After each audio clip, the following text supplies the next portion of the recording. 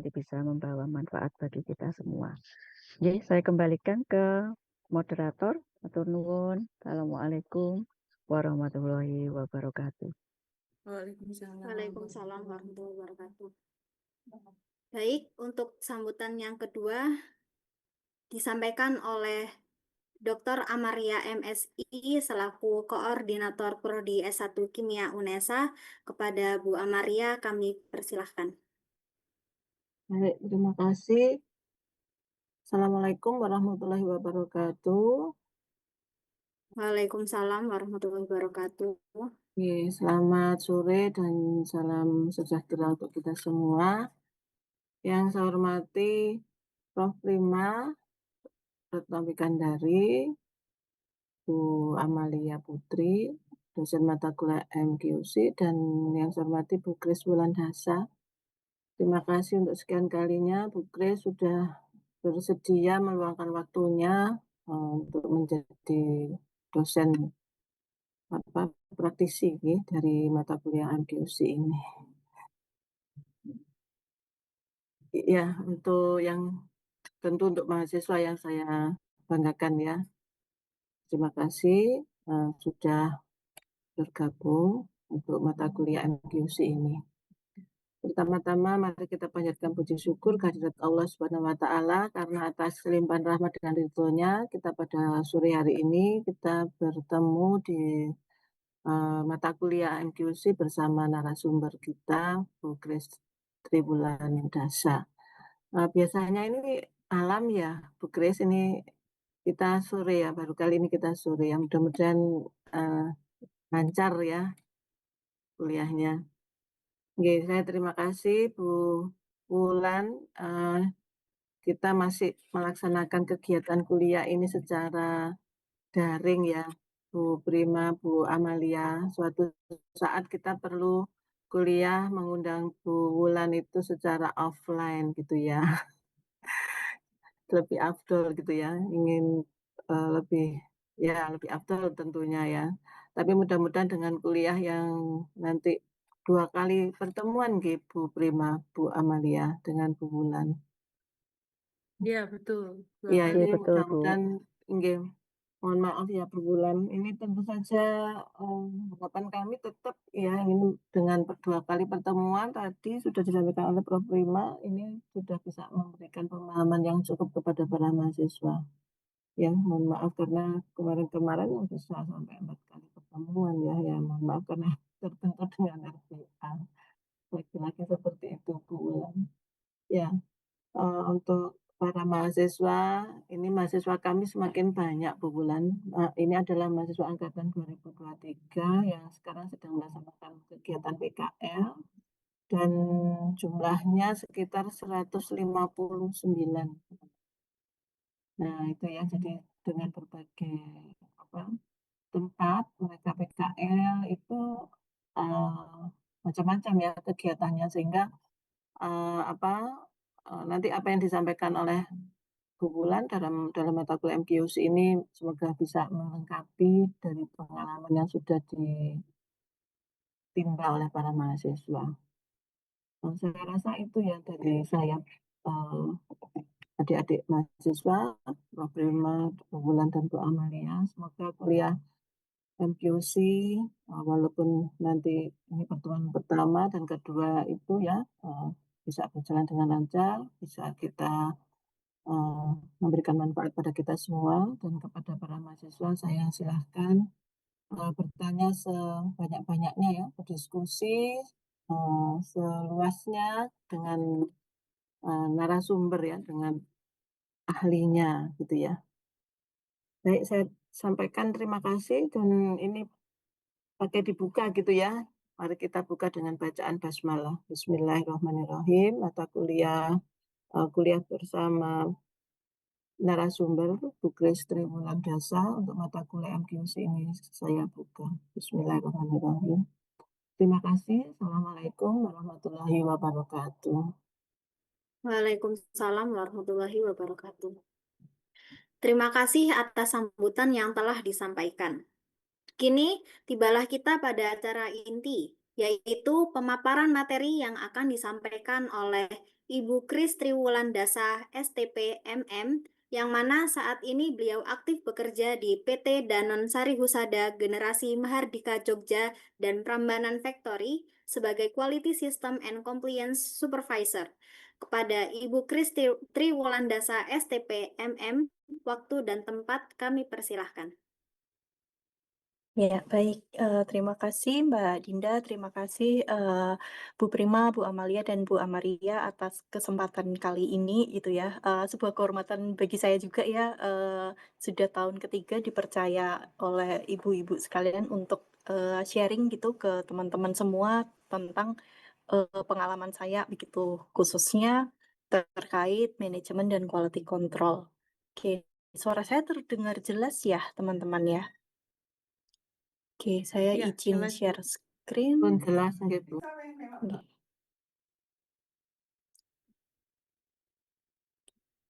Ya, oke.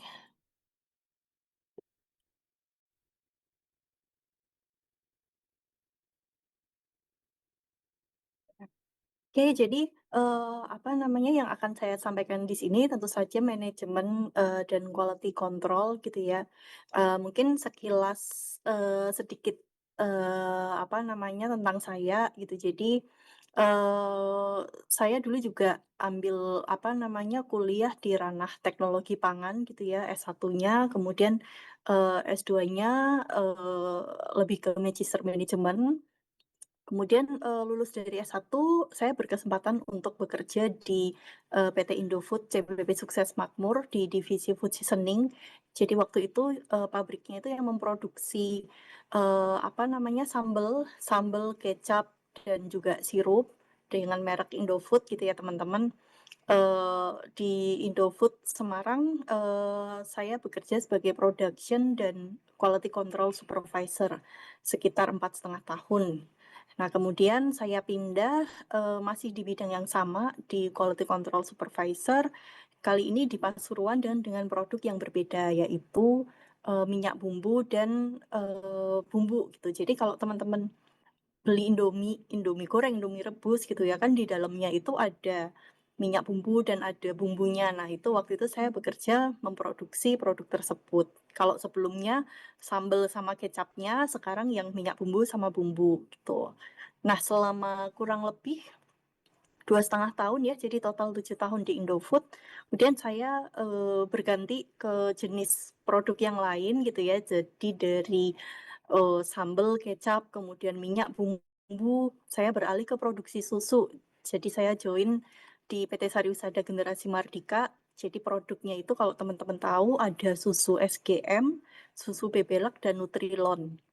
Tempatnya di Yogyakarta. Nah, kemudian kemarin kebetulan baru akhir tahun lalu saya pindah ke pabrik yang cabang Jakarta gitu.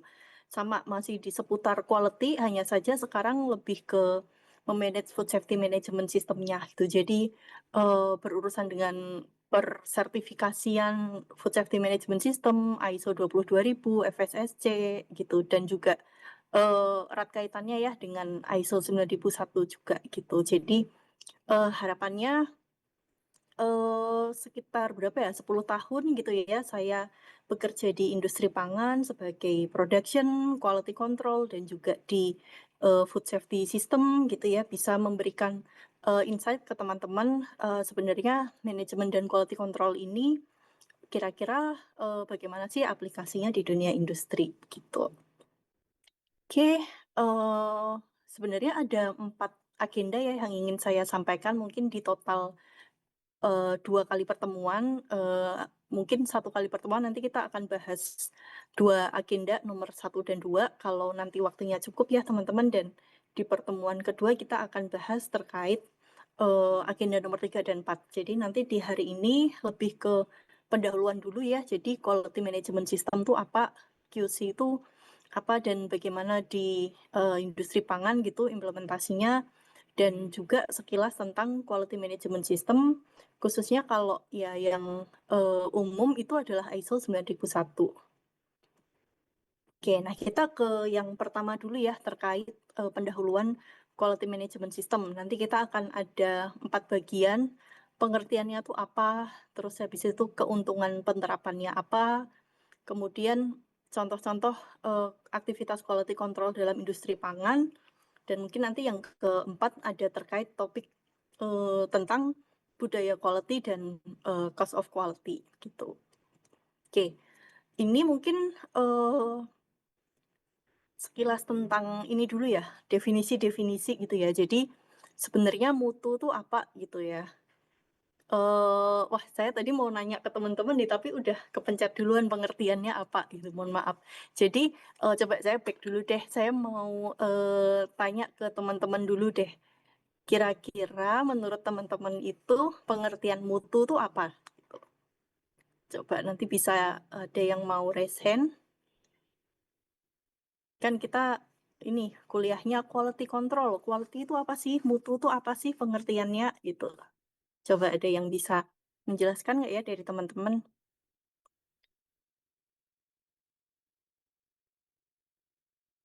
Oke, coba yang ini yang lagi rajin on cam aja deh. Eh Mbak Igusti Putut ya. Halo. Oh, halo Ibu. Ya, Putri, oke. Bu, maaf. Sorry. Maaf. Keputus itu Igusti Putri. Iya, Mbak Putri. Ini sekarang lagi magang di mana, Mbak? Di Bepom Denpasar, Ibu.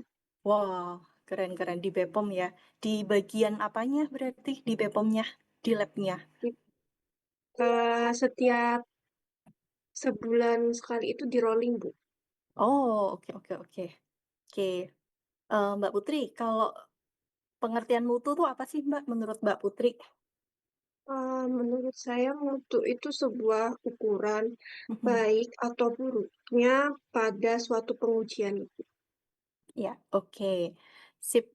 Oke, terima kasih Mbak Putri. Jadi sebenarnya udah mendekati ya jawabannya. Kata kuncinya Mbak Putri adalah sebuah ukuran gitu. Sebentar, saya share screen lagi. Ya, ukuran baik buruknya suatu hasil analisa ya tadi ya kalau nggak salah ya. Jadi benar ya, mutu itu sebenarnya adalah ukuran atau derajat gitu dari sekumpulan karakteristik yang melekat pada suatu objek yang memenuhi persyaratan.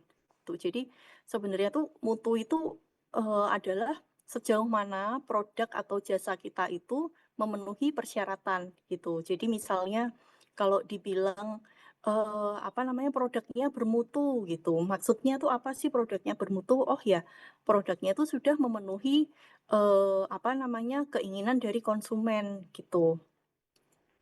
Nah, karakteristik itu apa sih? Karakteristik itu tentunya ciri yang membedakan atau karakteristik atau parameter mutu itu sendiri. Misalnya terkait bau, rasa, kemudian warna gitu ya. Dan persyaratan, tentunya persyaratan adalah kebutuhan atau harapan yang dinyatakan dan umumnya tersirat atau wajib gitu. Nah, mungkin ini ya, apa namanya, parameter mutu dari masing-masing orang ini bisa berbeda gitu. Misalnya contohnya kalau kita ngomongin sambal yang bermutu gitu. Maksudnya tuh apa sih sambal yang bermutu? Mungkin ada orang yang apa namanya menangkap sambal yang bermutu tuh yang rasanya pedas gitu. Atau ada orang lain yang sambal yang bermutu tuh yang warnanya merah cerah gitu. Nah, dari berbagai macam karakteristik itulah yang kita kumpulkan, yang kita coba tangkap dari konsumen gitu ya. Kemudian kita komunikasikan, kita buat ke dalam suatu bentuk namanya spesifikasi produk gitu. Dan aktivitas quality control itu adalah bagaimana kita mengendalikan proses produksi kita agar produknya itu bisa sesuai standar atau spesifikasi. Kira-kira seperti itu. Oke.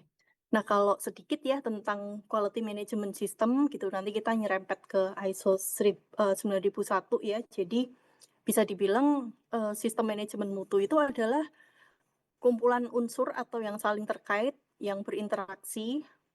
Itu adalah pengertian sistem ya. Kalau sistem manajemen, kumpulan unsur organisasi yang saling terkait dan berinteraksi untuk menetapkan kebijakan, sasaran, dan proses untuk mencapai sasaran tersebut. Dan sistem manajemen mutu adalah bagian dari sistem manajemen yang berkaitan dengan mutu. Gitu. Intinya sistem manajemen mutu itu apa sih teman-teman? Intinya itu adalah beberapa kumpulan unsur dari organisasi gitu ya, yang tujuannya itu untuk mencapai sasaran mutu gitu. Jadi nanti di tahapan pertama kita harus tentukan dulu sasaran mutunya apa gitu ya, baru bagaimana unsur-unsur atau setiap organisasi itu, bagian organisasi bisa bekerja untuk memenuhi sasaran mutu tersebut. Nah, saya ke keuntungan penerapannya gitu ya, kenapa sih kok kita harus menerapkan sistem manajemen mutu gitu. Tentunya untuk memberikan keyakinan atas produk atau jasa yang dihasilkan, meningkatkan kepuasan pelanggan, kemudian bisa meningkatkan komunikasi internal kita, kemudian juga meningkatkan daya saing dan juga mengurangi cost gitu. Maksudnya nih apa sih gitu? Kenapa sih kok kita perlu menerapkan sistem manajemen mutu? Apa hubungannya sama daya saing gitu? Nah, apa namanya? Sekarang tuh namanya sertifikasi gitu ya teman-teman di dunia industri, khususnya di industri pangan yang saya geluti, sertifikasi itu bukan lagi hal yang apa namanya opsional gitu ya, bukan hal yang menjadi pilihan, tapi adalah hal yang menjadi wajib gitu, mandatori gitu ya, ketika kita mau ekspor produk kita gitu. Biasanya negara tujuan ekspor atau distributornya itu mempersyaratkan, oh perusahaannya harus tersertifikasi ISO sekian gitu. Apa namanya, misalnya ekspor ke negara mana gitu, itu biasanya dipersyaratkan sebagai sebuah apa persyaratan yang wajib gitu, bukan lagi opsional. Nah, itu poin kenapa kok bisa dengan kita menerapkan sistem manajemen mutu itu kok bisa meningkatkan daya saing gitu. Ketika perusahaan kita tidak tersertifikasi dibandingkan dengan ada perusahaan lain yang tersertifikasi, tentunya kesempatan pasar akan lebih terbuka bagi perusahaan yang sudah tersertifikasi. Kita sebagai konsumen kan juga lebih percaya gitu ya kalau wah ini produknya dari perusahaan yang terpercaya nih gitu, udah ada sertifikasinya gitu. Itu juga apa namanya akan meningkatkan kepercayaan pelanggan terkait produk atau jasa kita. Tuh. Oke, nah ini kita ke quality control gitu ya. Bedanya apa sih manajemen mutu dan quality control gitu? Quality control tuh bisa dibilang bagian kecil ya dari sistem manajemen mutu gitu. Di mana aktivitas quality control itu lebih ke aktivitas yang ditujukan untuk memenuhi kebutuhan mutu. Nah, kita lihat sih aktivitas-aktivitas quality control di industri pangan tuh apa saja gitu. Jadi kalau di apa namanya di industri saya bagi menjadi 3 aktivitas ya. Jadi kalau kita memproduksi produk gitu ya, ini istilahnya adalah finished good. Tentu saja kan kalau kita mau bikin suatu produk harus ada bahan baku ya. Bahan baku, terus habis itu melalui proses produksi baru menjadi produk jadi gitu. Nah, aktivitas quality control ini ada di segala tahapan gitu.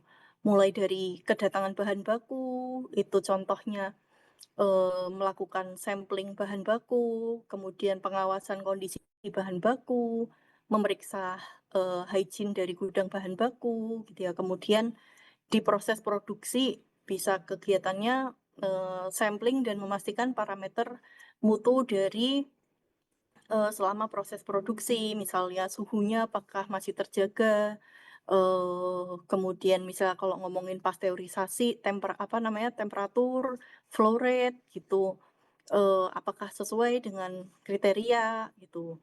Dan juga ketika di produk jadi, ini dicek lagi nih produknya apakah mikronya sesuai standar, kemudian dianalisa kimia masih sesuai standar atau tidak gitu. Jadi aktivitas quality control itu apa namanya ada di setiap tahapan gitu ya, baik dari bahan datang sampai menjadi produk jadi. Tuh. Nah, ini saya contohkan ya satu kegiatan gitu. Contohnya di sini sebentar saya mau hide. Nah, oke, adalah terkait Mana ya? Nah, ini dia. Ya, terkait sensori, pemeriksaan sensori gitu ya. Jadi quality control tadi kan balik ya, karakteristik kan macam-macam. Ada analisa mikrobiologi, ada analisa parameter kimia. Nah, saya mau ambil contoh di sini adalah tentang parameter sensori dalam proses pengendalian mutu gitu. Sensori itu bisa warna, bisa rasa, pokoknya yang berhubungan dengan indera kita gitu ya, indera perasa, indera pencium gitu, indera penglihatan gitu. Nah, ini tadi kan saya bilang ada 3 tahapan besar ya, mulai dari incoming, kemudian proses produksi, dan ketika releasing bahan baku gitu. Nah, coba contohnya apa sih aktivitas kegiatan pengendalian mutunya? Oke, pertama waktu datang material gitu ya. Material di sini kan bisa 2 ya teman-teman, bisa apa namanya, raw material, yaitu komponen penyusun, bahan penyusunnya, contohnya misalnya produknya sambal gitu ya. Berarti ya bahan baku utamanya adalah cabai gitu. Kemudian misalnya produknya sirup, berarti kan kemasannya apa tuh? Ada botol, kemudian ada labelnya tuh.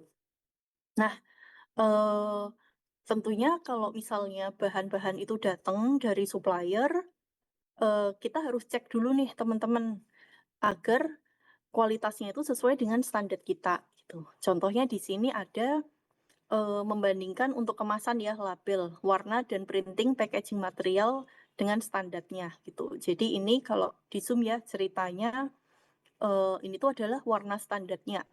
Kalau sekilas ini kan kayaknya yaudah ini sama-sama ungu gitu ya. Tapi standarnya ini kalau kita lihat lagi dengan sampelnya, ini warna ungunya beda kan ya teman-teman ya. Ini yang ini tuh ungunya gelap seger, yang ini ungunya lebih pudar gitu ya. Kenapa sih kok sama-sama ungu gitu? Kayak ngaruhnya apa gitu ya? Ini ternyata ada pengaruhnya juga nih gitu. Takutnya nih nanti ketika produk sirupnya dipajang di supermarket, di minimarket gitu, warnanya tuh kayak pudar. Ini kok labelnya kurang menarik sih gitu. Sedangkan kompetitor lain, produk sirup yang lain tuh warnanya tuh lebih ngejreng gitu. Jadinya saya beli yang lebih bagus aja sih gitu. Kok kayaknya kalau pudar ini produk apa sih kurang meyakinkan gitu. Ada ya teman-teman konsumen-konsumen yang seperti itu gitu. Jadi kenapa kita harus melakukan pemeriksaan warna gitu. Oke, terus contoh lainnya ini bahan baku. Tadi ya mau bikin sambal gitu. Tadi ada persyaratan mutu sambal. Konsumen percaya kalau sambal yang bermutu tuh yang warnanya merah segar gitu. Nah, bayangin komponen penyusun utama sambal itu kan cabai gitu ya. Kita pingin sambalnya itu nanti merah segar. Lah, tapi kalau cabainya itu warnanya campur-campur gitu ya. Ada yang cabai merah, ada yang cabai apa namanya hijau gini. Warnanya nanti akan menghasilkan warnanya itu tidak apa namanya tidak merahnya tidak sesuai standar gitu ya. Bisa jadi pudar gitu. Teman-teman kalau nerima sambal pucet gitu kan juga nanti akan ragu gitu ya. Ini sebenarnya sambalnya ini oke nggak sih gitu, produknya asli nggak sih gitu, kualitasnya oke nggak sih gitu. Biasanya saya kalau beli sambal kok merahnya seger gitu. Ini jangan-jangan cabenya cabai busuk nih atau apa gitu. Jadi itu teman-teman, kenapa kok kita harus apa namanya mengendalikan mutu mulai dari awalnya, yaitu dari bahan baku baik bahan penyusun atau packaging materialnya gitu. Oke, selanjutnya bisa juga nih kegiatan quality control ini kita gunakan untuk mendeteksi adanya food fraud atau pemalsuan pangan gitu ya. Jadi nggak tahu nih kalau dulu itu suka ada apa acara TV gitu ya yang namanya apa sih investigasi pokoknya yang malsu-malsuin makanan gitu ya dengan keuntungan ekonomi gitu. Contohnya nih eh kalau lagi bikin kecap gitu ya, kecap kan salah satu bahan bakunya adalah gula kelapa gitu. kadang tuh supplier suka nakal dicampur sama gula pasir gitu atau dengan limbah coklat gitu.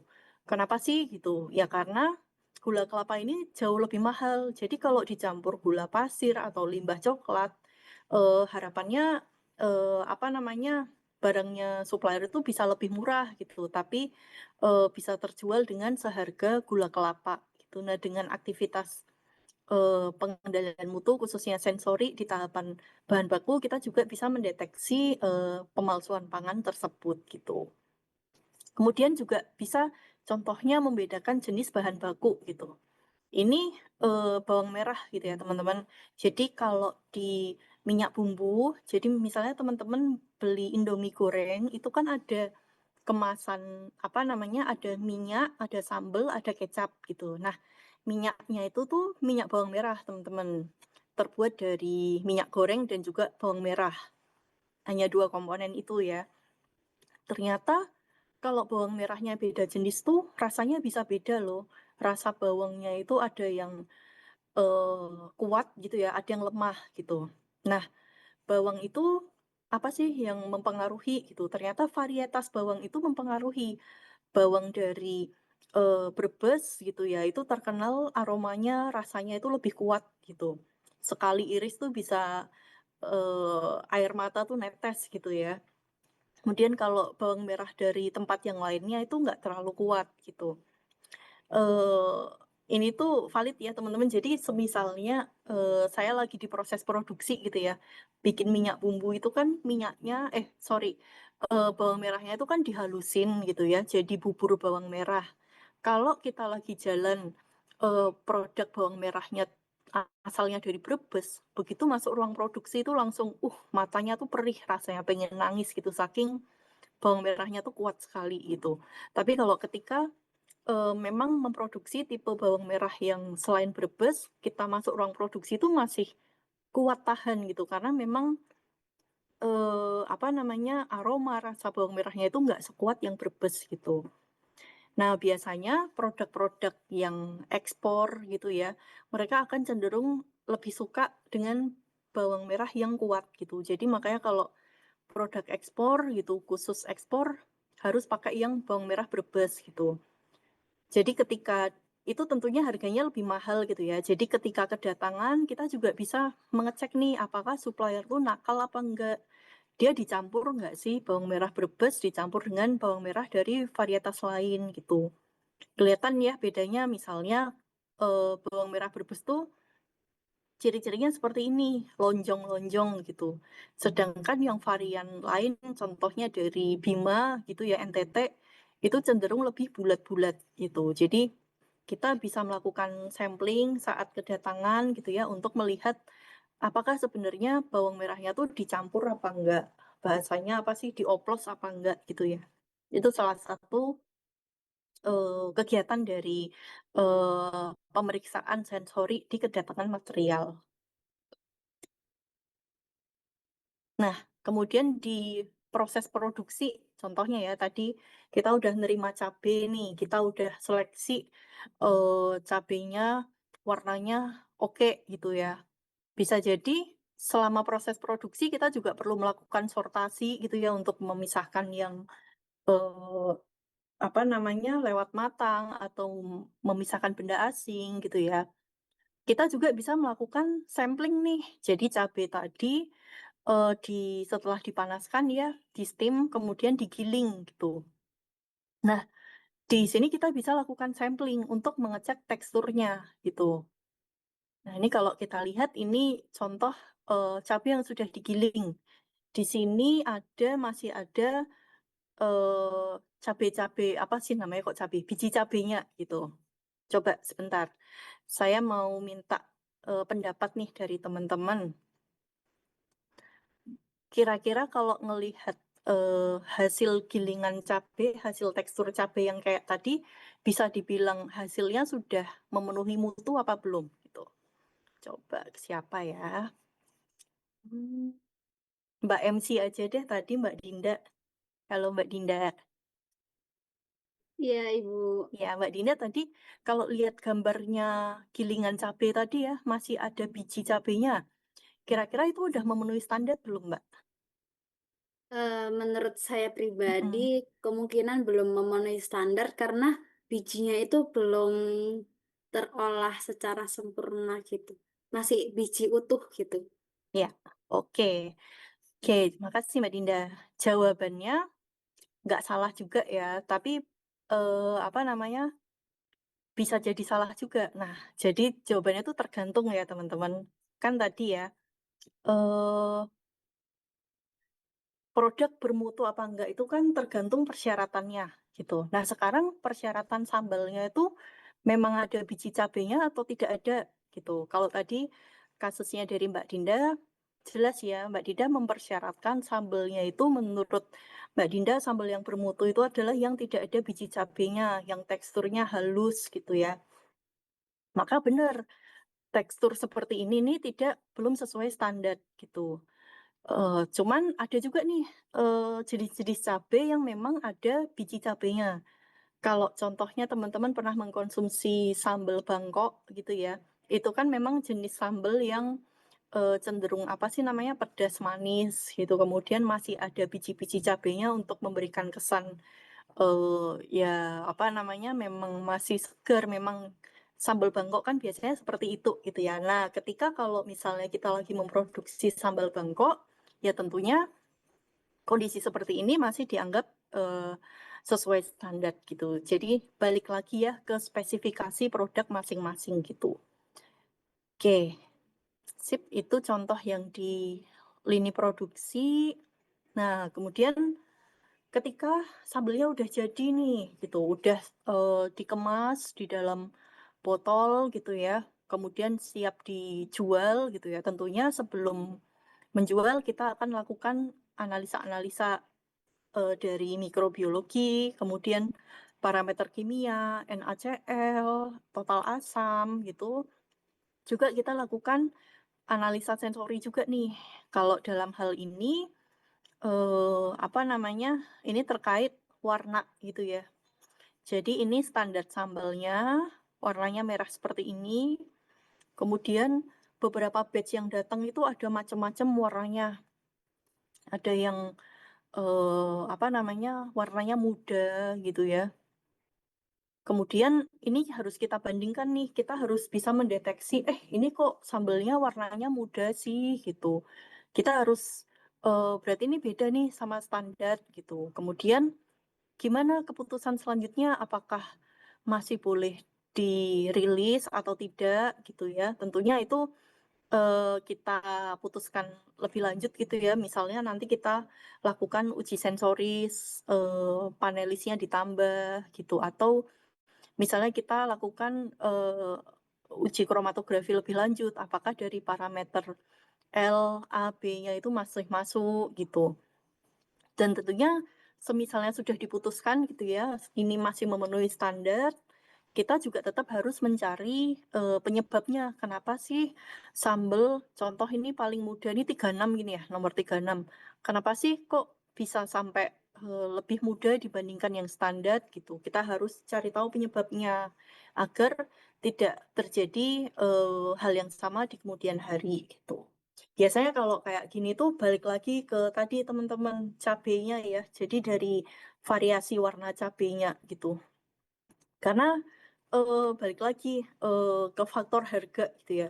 Cabai merah itu kan jauh lebih mahal dibandingkan cabai rawit putih atau hijau yang memang belum matang gitu. Jadi memang suka dicampur gitu ya. Balik lagi kita harus memastikan dari tahap awal sebelum dilakukan proses produksi, yaitu terkait pengecekan bahan bakunya gitu. Nah, apa namanya, apa sih terkait quality control di industri pangan, core kompetensinya itu apa gitu. Kalau teman-teman nanti lulus mau jadi bekerja di industri, khususnya industri pangan gitu ya, pingin di ranah quality control, kira-kira core kompetensinya apa aja? Yang pertama ya manajemen mutu gitu ya. Saya tadi contohnya saya sudah pindah di total 4 perusahaan gitu ya teman-teman. Sama mau perusahaan bubuk cabe, sambal, perusahaan bumbu, minyak, susu, itu sama-sama menerapkan sistem manajemen keamanan pangan gitu ya, ISO 9001, sistem manajemen mutu, ISO 22000 gitu. Jadi itu jujur dulu salah satu mata kuliah yang saya kurang pahami gitu ya, karena isinya tuh klausul-klausul banyak gitu, ini maksudnya apa gitu. Ternyata begitu bekerja, itu kepake banget mata kuliah itu gitu. Memang pasti di setiap perusahaan akan bisa jadi mengimplementasikan atau tersertifikasi gitu ya. Jadi terkait per ISO-an gitu, khususnya untuk yang relate gitu ya. Misalnya teman-teman nanti bekerjanya di bagian lab-nya ya, teman-teman perlu tahu tentang ISO 17025. Kemudian teman-teman di perusahaan packaging nanti nomor ISO-nya bisa beda lagi gitu. Jadi tapi terkait manajemen mutunya itu teman-teman harus paham konsepnya seperti apa. Kemudian QC karena tadi kan aktivitasnya sampling gitu ya, terkait teknik sampling, metode sampling itu juga perlu tahu. QC7 tools untuk memonitor parameter mutu, tools untuk mencari akar masalah, itu juga perlu tahu. Kemudian kalau di industri pangan ya tentunya terkait keamanan pangan, good manufacturing practices, kemudian food hygiene, pengendalian proses, dan juga terkait analisa mutu gitu. Karena nanti kita sebagai seorang QC itu tentunya juga berkoordinasi ya dengan berbagai macam departemen, misalnya departemen produksi untuk memastikan tadi mutu selama proses produksi itu sesuai standar. Kemudian dengan departemen engineering, dengan laboratorium, kemudian dengan bagian hygiene dan juga pest control gitu. Ini sih, pest control ini salah satu part of mata kuliah yang tidak ada gitu ya selama saya mempelajari teknologi pangan gitu. Ternyata di di pekerjaan QC ini juga handle pest control nih gitu. Karena ternyata pest itu juga salah satu bisa jadi sumber kontaminasi gitu ya dalam ke dalam produk kita gitu. Jadi agak kaget juga nih waktu kerja di QC lah, ngurusin ini juga nih, ngurusin tikus, kecoa gitu. Ya sebenarnya biasanya akan ada pihak ketiga gitu ya, pest control pihak ketiga yang akan mengendalikan pest di dalam pabrik gitu. Cuman kita harus paham juga gitu terkait programnya. Bagaimana nih kalau tren pestnya meningkat, penyebabnya apa, kita harus take action seperti itu. Oke. Terus QC biasanya seorang QC itu juga akan ikut juga di bagian-bagian terkait food safety management system, tadi ya bertanggung jawab untuk traceability. Traceability itu penelusuran gitu ya. Jadi teman-teman, misalnya teman-teman kalau beli produk itu kan suka ada kodenya ya, kode batch-nya. Produk ini baik digunakan sebelum tanggal berapa, kemudian ada kode produksinya gitu. Traceability itu lebih ke sistem penelusuran gitu ya, bagaimana ketika nih misalnya amit-amit ada sesuatu komplain gitu, misalnya orang habis mengkonsumsi susu bayi gitu kok keracunan gitu. Terus protes ke pabriknya gitu. Pertama kita pasti akan nanya tentang kode batch-nya. Kode produksinya tuh berapa gitu. Terus dari kode produksinya tuh kita bisa telusur teman-teman. Waktu itu produknya itu diproduksi tanggal berapa. Terus parameter-parameter prosesnya seperti apa, hasil analisanya seperti apa, bahan baku yang digunakan itu dari mana saja, dari supplier mana saja gitu. Kemudian produk itu tuh udah dikirim kemana saja. Itu kita harus tahu ya. Jadi produk itu harus mampu ditelusuri gitu. QC juga biasanya ke area situ juga. Tadi ya pest control, bisa juga pegang laboratorium gitu ya. Beda-beda ya tentunya ya setiap organisasi ya. Contohnya ketika saya di Indofood, quality control supervisor itu juga bertanggung jawab atas laboratorium kimia, sensori, dan mikro gitu. Cuman ketika ke Sari Husada, quality control ya murni hanya departemen quality. Untuk laboratorium ada departemennya sendiri gitu. Kemudian juga menangani komplain juga ya. Jadi kalau misalnya ada komplain produk dari konsumen, kita juga harus menganalisa nih itu komplainnya valid apa enggak. Misalnya valid, penyebabnya kira-kira apa sih? Kemudian untuk mengatasinya bagaimana gitu. Jadi banyak ya teman-teman kerjaan QC itu nggak hanya sampling, analisa gitu, tapi luas gitu, berkaitan dengan tahapan proses dari awal hingga akhir gitu. Ini mungkin itu dulu kali ya yang terkait. Oh ini saya sedikit tentang apa namanya cost of quality gitu ya. Jadi cost of quality itu adalah cara untuk mengukur biaya yang dikaitkan dengan kegiatan manajemen mutu kita gitu ya. Tadi kan kalau di depan apa sih keuntungan penerapan sistem manajemen mutu? Salah satunya adalah mengurangi cost gitu. Maksudnya apa sih? Lah kalau saya sertifikasi ISO itu kan juga nggak gratis ya teman-teman ya. Tentunya selain ada biaya sertifikasi, ada biaya investasi juga, beli memperbaiki fasilitas ini, beli ini itu gitu ya. Kok jadi tambah mahal gitu. Tapi itu semua bertujuan untuk menekan biaya quality juga gitu. Kok bisa gitu ya. Jadi biaya quality itu ada 4 gitu ya teman-teman. Ada prevention cost, itu adalah biaya yang dikeluarkan gitu ya untuk mencegah gitu ya, istilahnya mencegah terjadinya apa namanya kesalahan gitu ya. Contohnya adalah ya ini dengan kita menerapkan quality management system, kita melakukan sertifikasi, kita melakukan training ke karyawan, itu kan tujuannya tadi mencegah gitu ya, untuk membangun sistem. Nah, itu juga sebuah biaya gitu. Kemudian appraisal cost, biaya yang berasal dari kegiatan untuk pengukuran efektivitas quality management system. Contohnya ketika ada audit gitu. Jadi kalau kita perusahaan tersertifikasi itu tentunya kan melewati proses audit terlebih dahulu. Nah, biaya audit itu juga merupakan salah satu masuk biaya quality gitu ya. Atau bisa jadi ketika kita melakukan audit juga ke supplier kita, itu kan tentunya butuh biaya juga, itu juga masuk gitu ya.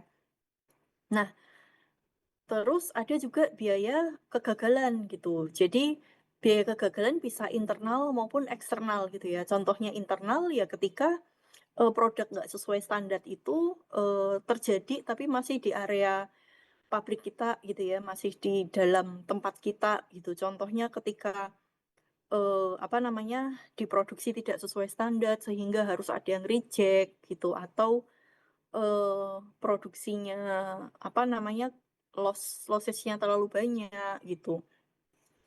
Tentunya itu adalah menimbulkan kerugian juga kan, biaya juga gitu.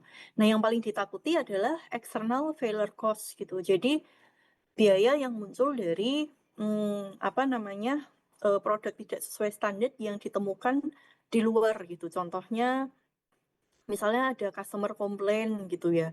Terus customer komplainnya ternyata critical nih berhubungan dengan keamanan pangan sehingga produknya itu harus ditarik gitu.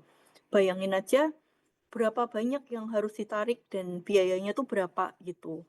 Jadi kita itu sebisa mungkin apa ya, menginvestasikan biaya kita itu di yang atas tadi ini ya, prevention, appraisal gitu, dengan tujuannya kita bisa menurunkan biaya-biaya terkait kegagalan tadi gitu. Contohnya nih, tadi ya, external cost of quality, yaitu recall atau penarikan produk gitu. Contohnya di Februari 2023 ada nih pabrik susu Reckitt gitu ya, Reckitt Benckiser dari Amerika gitu mengumumkan penarikan produk untuk produk Enfamil Prosobi Simply Plant Based Formula sebanyak 2 batch atau sebanyak 145.000 kaleng gitu.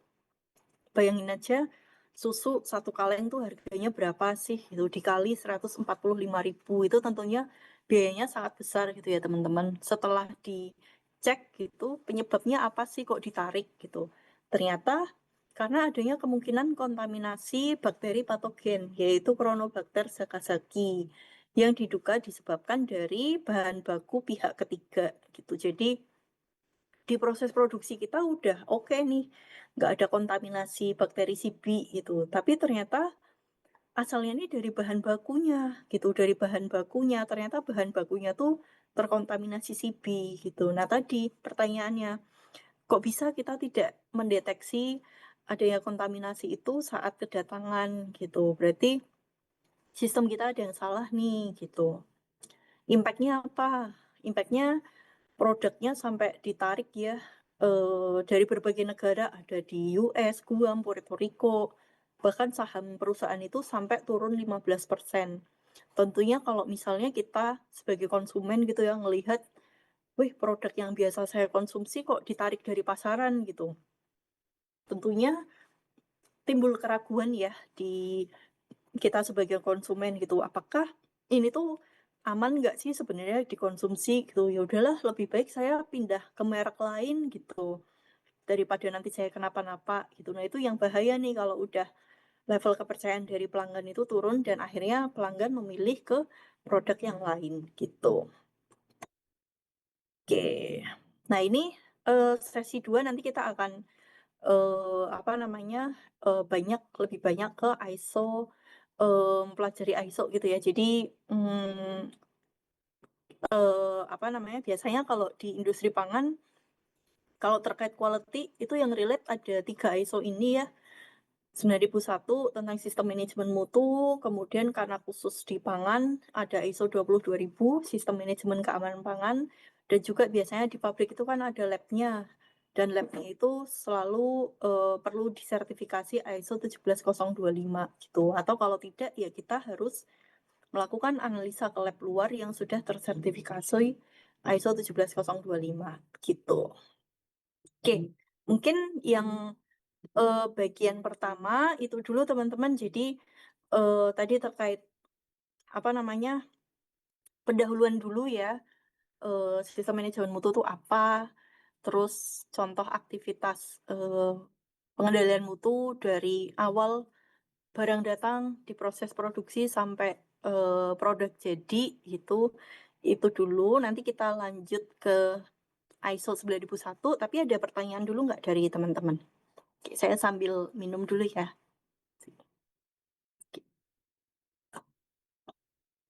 Baik, kepada Ya. teman-teman yang ingin bertanya, silahkan menekan tombol raise hand atau jika terkendala dengan mic, bisa ditulis di kolom komentar.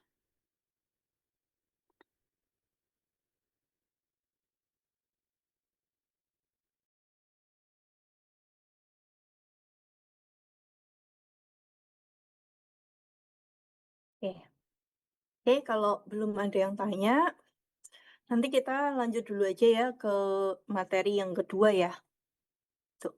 Oh ya, kalau di sini magangnya rata-rata di mana? Ada yang di industri pangan nggak nih, teman-teman? Kalau Mbak Putri tadi di Bepom. Kalau Mbak Dinda di mana? Kalau saya magang di Labkesda Surabaya, Ibu. Oh, oke. Berarti lebih banyak di lab ya, teman-teman di sini ya, berarti ya. Tapi Iya. nampaknya ada yang Iya. di industri pangan ya, Bu Am ya, yang Niramas itu ya, PT Niramas. Siapa itu? Saya kok lupa. Yang disupervisi oleh Bu Prima Ya, Ibu Prima. sama Bu Ting, Amaria. siapa lupa namanya. Oh ini Bagas Sembrani loh, Mas iya. Bagas. Halo Bagas Mas Sembrani. Bagas.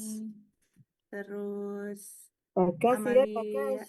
Amalia Vika, Vika, Vika. ya Vika sama Rosa Ilma. Oke, coba dong mau denger nih Mm-mm. sedikit eh pengalamannya di selama magang di sana. Kira-kira sama nggak sih kayak yang tadi saya ceritakan gitu. Tadi, oh ini udah open mic ya, Mbak? Belum ya? Mas Bagas, Mbak Vika ada? Sembrani, Vika.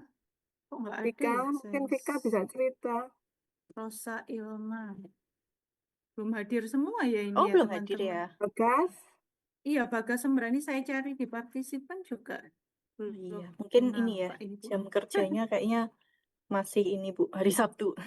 Iya. Iya, oke. Iya, mungkin itu ya. Ada lagi yang di pangan nggak ya teman-teman ya? ini Oh apa ini di PT. Daesang. Oh, Desang. Oh iya ada Daesang, ada Golden Union Oil. Ini juga pangan bukan ya? Coba Daesang dulu aja. Ya, Daesang ada Desang. Reva, Fadia sama Eva. Reva, nah ini hadir Reva. Ya, oke. Halo Mbak Reva. Mbak Reva Anissa Sesoria ya? Reva, iya betul Reva Iya. Anissa Sesoria ya. Halo Reva, Mbak. Halo, Mbak. Masih malu-malu Fadia. ini sepertinya, Bu. Ya udah. Teman. Atau kalau saya ini deh apa namanya denger yang di lab dulu aja nggak apa-apa. Mbak Oh Dinda iya. ya. Ya Mbak Dinda tadi di lab Kesda di Surabaya ya. Kira-kira kalau di lab Kesda Surabaya, oke walaupun tadi saya mencontohkan tentang quality control di apa namanya industri pangan. Kalau industri pangan kan kelihatan ya produknya itu kelihatan nih. Makanan, sambel, kecap, susu gitu. Kalau lab itu kan nggak kelihatan ya Mbak ya produk akhirnya jasanya gitu. Nah, aktivitas quality controlnya gimana Mbak kalau di sana? Kebetulan di lab Kesda sendiri, saya itu ditempatkan di 3 lab. Nah, Ya. tiga lab itu di rolling setiap minggunya. Kemudian ada bagian di lab makanan dan minuman, itu kita di sana bagian disuruh mengidentifikasi apakah makanan tersebut ada kandungan formalin, boraks,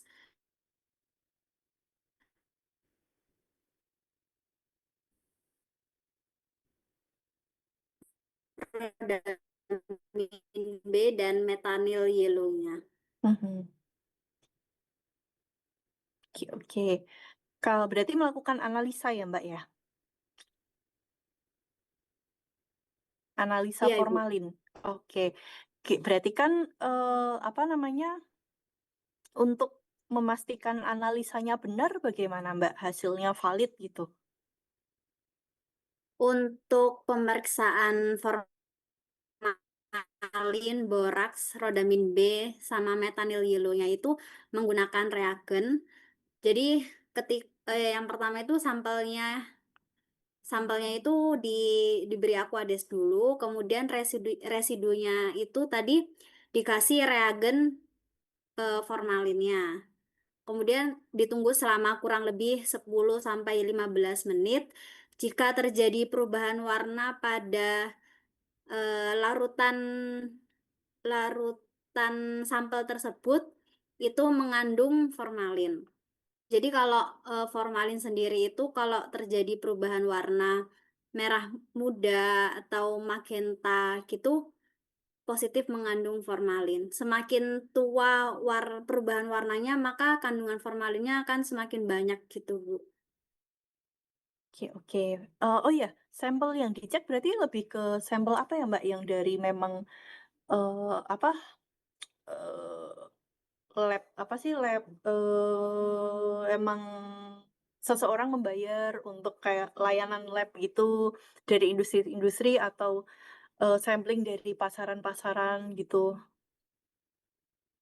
Kalau selama ini yang saya periksa itu ada sampel dari orang, dari restoran atau dari hotel Oh, gitu. Terus juga oh, ada dari pasar-pasar em, yang ingin mengidentifikasi sampelnya itu kayak dari ayam, dari ikan atau dari yang lainnya gitu. Oh ya, oke. Jadi ada konsumennya ya, misalnya Iya, konsumennya dari industri Horeca gitu ya. Dan oke, oke, sip. Makasih Mbak Dinda. Oke, sama-sama. sip. Saya lanjutkan ya untuk yang terkait sistem manajemen mutu. Saya share screen lagi.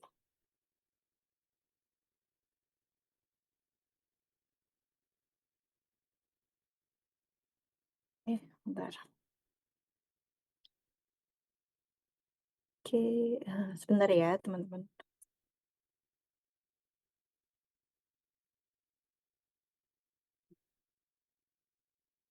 Hmm.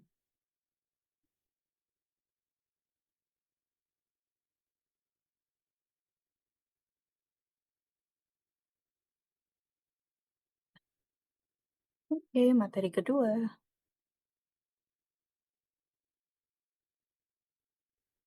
Hmm. Ya, oke. Sudah kelihatan ya teman-teman. Jadi kita akan lebih detail melihat sistem manajemen mutu, yaitu khususnya ISO 9001 tahun 2015 gitu. Ini tuh apa namanya ya, umum gitu ya. Jadi nggak hanya di pabrik makanan gitu, bisnis apapun ini bisa menggunakan ISO 9001 ini karena tadi ya pengertian mutu itu kan sangat general gitu. Mutu tuh nggak hanya produk makanan bermutu gitu, jasa pun bisa dianggap bermutu gitu. Eh, Balik lagi karakteristik mutu itu kan tadi banyak banyak, banyak ya macam-macam gitu. Jadi apa namanya sistem ini gitu ya ini nggak hanya terbatas di industri pangan gitu, tapi perusahaan-perusahaan jenis lain pun juga bisa menerapkan sistem manajemen mutu. Jadi ini kayak generalnya gitu ya. Tentunya yang khusus per kategori perusahaan itu juga ada lagi. Contohnya misalnya tadi kalau ke pangan ya sistem manajemen keamanan pangan ISO 22000, misalnya bisnisnya lab ya tersertifikasi ISO 17025 gitu. Oke. Nah, ISO 9001 ini diterbitkan oleh ISO gitu ya, International Organization for Standardization. Dan ini pertama kali diterbitkan di tahun 1986. Standar ini dirancang untuk membantu perusahaan dalam pemenuhan kebutuhan pelanggannya. Karena tadi kuncinya mutu adalah sejauh mana itu ya memenuhi persyaratan pelanggan gitu. Jadi ini bisa dibilang panduan nih, panduan agar perusahaan kita bisa memenuhi kebutuhan pelanggan gitu. Nah, ini bisa juga nggak hanya produk, tapi jasa pun juga tercakup di ISO 9001 ini. Oke. Ya. Nah, ini sorry, saya back lagi.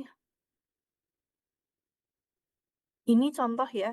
Jadi dokumen standarnya itu juga diadaptasi juga ke dalam standar lokal gitu ya, yaitu di SNI. Jadi Sistem Manajemen Mutu ISO 9001. Ini dokumennya banyak sih ya teman-teman di internet. Kalau teman-teman mau lihat persyaratannya tuh apa aja sih, itu bisa bisa buka sendiri juga gitu. Nah, ini contoh kalau perusahaan sudah tersertifikasi, tentunya akan ada sertifikatnya juga gitu ya. Contohnya ini adalah badan pemberi sertifikatnya, kebetulan dari lembaga SGS gitu. Kemudian di sini ya, di sini sertifikat menyatakan bahwa PT ini, alamatnya ini sudah tersertifikasi ISO 9001. Kemudian skopnya apa saja. Kemudian validnya dari tanggal kapan? Iya? Oh ya, oke, saya lanjut ya. Validnya dari tanggal berapa sampai tanggal berapa gitu. Biasanya ada masa berlakunya ya, 3 tahun gitu. Gitu. Jadi kalau perusahaan kita sudah menerima, sudah tersertifikasi ya tentunya ada sertifikatnya.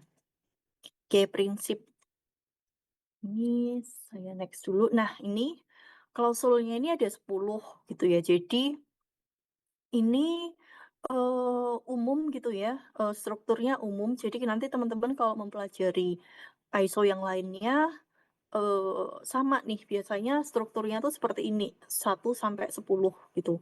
1 sampai 3 ini lebih ke apa ya, pendahuluan gitu ya, kira-kira ini scope-nya apa, istilah-istilah yang ada di dokumen ini dan artinya apa gitu. Nah, realnya itu mulai dari klausul 4 sampai klausul 10 gitu. Oke, kita ke klausul 4 dulu, konteks organisasi. Maksudnya apa sih gitu. Oke, jadi bunyi klausulnya di sini ada, ini 4-nya tuh beranak ya teman-teman, 41, 42, 43. 41, organisasi harus memahami organisasi dan konteksnya. Organisasi harus memantau informasi tentang isu eksternal dan internal. Nanti detailnya kita lihat di next slide ya. 4.2, memenuhi kebutuhan dan harapan pihak berkepentingan. Organisasi harus memantau informasi tentang pihak yang berkepentingan dan persyaratannya. 4.4.3, menentukan lingkup sistem manajemen mutu. Ini maksudnya apa sih? Sistem manajemen mutu, klausul 4, konteks organisasi gitu. Terus kalau ada persyaratan ini, bentuknya seperti apa nih? Bukti bahwa kita sudah melakukan sudah comply, sudah taat kepada klausul ini gitu. Nah ini 4.1 ya. Jadi organisasi harus memantau informasi tentang isu eksternal dan internal gitu. Jadi di sini itu dijelaskan bahwa kita sebagai perusahaan gitu ya, sebagai organisasi itu harus aware gitu, harus sadar terhadap isu-isu yang terjadi di perusahaan kita, baik itu isu internal maupun isu eksternal itu.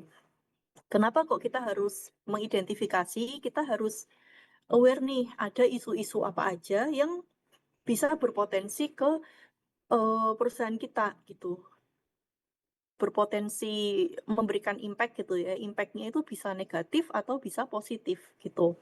Tentunya nanti kalau misalnya impact-nya itu negatif, kita harus merencanakan sesuatu nih agar hal tersebut tidak kejadian gitu.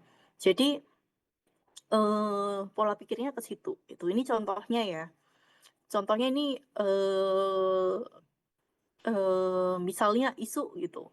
Waktu itu ada pandemi gitu. Kalau sekarang mungkin isunya yang lagi tren terkait perang gitu ya, antara Amerika dan Iran gitu. Sekarang perang, harga minyak dunia semakin naik gitu ya, harga plastik juga naik gitu. Ternyata berpengaruh nih ke bisnis kita gitu. Itu faktornya apa? Internal atau eksternal? Oh, eksternal gitu. Di bidang ekonomi. Itu memberikan dampaknya apa? Positif atau negatif? Ternyata dia memberikan dampak negatif gitu. Kemudian contoh lain, kita identifikasi yang internal dari bidang sosial.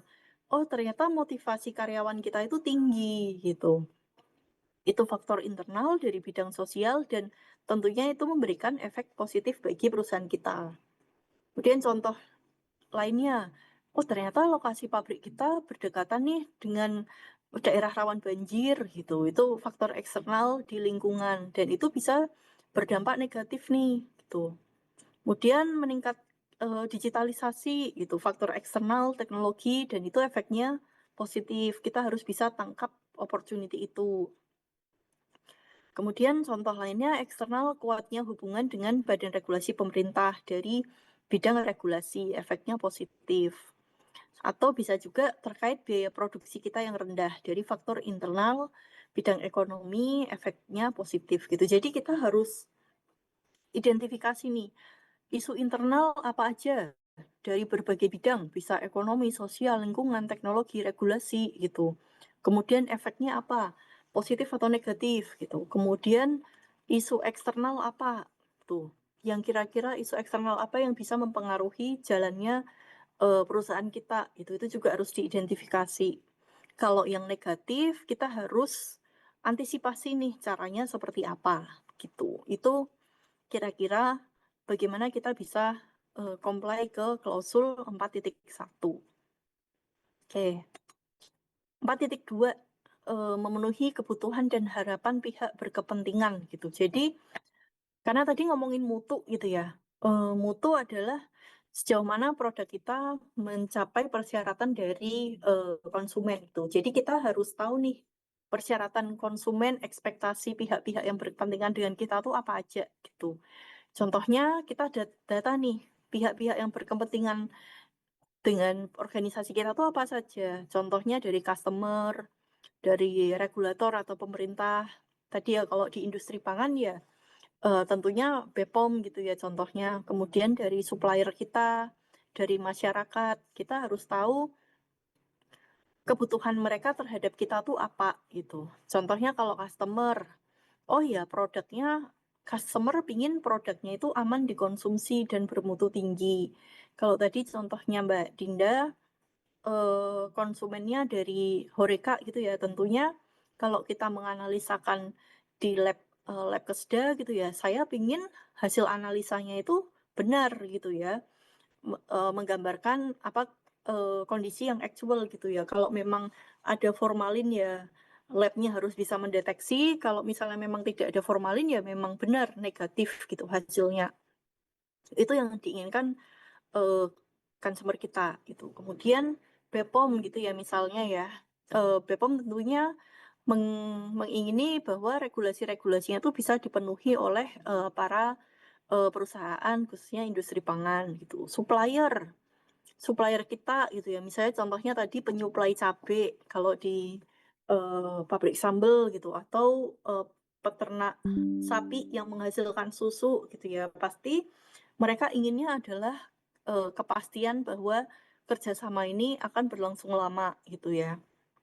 Terus masyarakat, contohnya masyarakat yang tinggal di sekitar pabrik kita, tinggal sekitar di bangunan laboratorium kita gitu, pasti mereka pinginnya apa? Pinginnya lingkungannya tidak tercemar gitu, tidak tercemar limbah kita. Misalnya tadi regen-regennya kita harus bisa limbah sisa analisa kita harus bisa olah agar tidak mencemari lingkungan masyarakat di sekitar kita. Jadi kita harus list nih, kira-kira pihak yang berkepentingan dengan kita siapa saja, kemudian kebutuhannya apa gitu. Itu klausul 4.2.